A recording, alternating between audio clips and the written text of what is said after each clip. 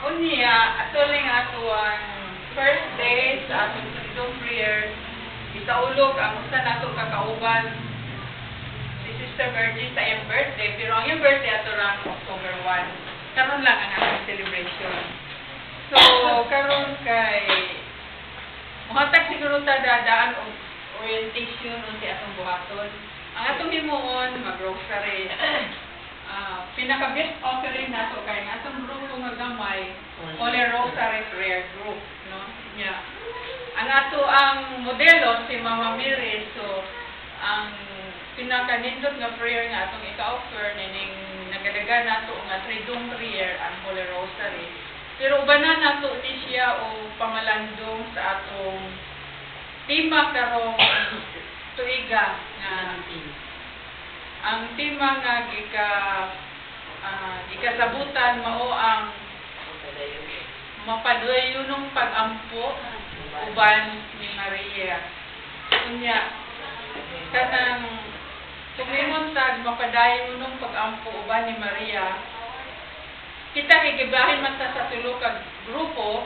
Ang unang grupo mopaambit mahitungod sa unsay angay natong mahibalan, unsay angay natong tuuhan. Kung nakahibalo na ta, inya ingon pa gyud ta nga nagatuo naman ko kaya ning apil ko sa prayer. Siguro ang angay natong buhaton sa unang adlaw karon, unsay angay natong pamalandungan. No, mo nang assignment sa grupo sa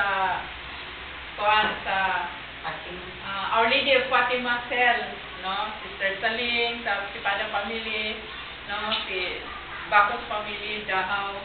O sa ikaduha nga grupo ang Our Mother of Perpetual Love Cell, ang ikaduha nga pamalandungan kay naa naman tayo na ilang nga unsay angay natong pamalandungan, unsay angay natong buhaton. Nakaila na ta, bituo ta, ato nang napamalandungan, unsay angay natong buhaton. Ug ang ikatulo mao ang Our Lady of Mount Carmel Cell. Ang unsa man ang mga instrumento o bihikulo or paagi sa grasya aron nga kadtong atong gituuhan, atong gipamalandungan ug atong gipaningkamutan pagbuhat, atong mapuy-an. Ug maoy magdala nato ngadto sa atong vision nga mao ang kahiusahan uban sa atong Ginoo. Pinaagi kang Santa Maria.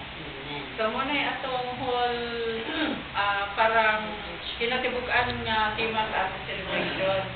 So kada semana matag usa nato matag miyembro mamalandong kay para ginigabot sa adlaw sa prayer aduna kita ikapaambit usab. No, pamalandong lang daw tuwa. Pamalandong kay kitang tanan nagituan. Okay, so welcome sa tanan na ang wala naman doon sila Sister Daisy, ako naman kuan mga magdito sila sa pagari. So, anyway, bisag gamay ra ta karon, perfect attendance man na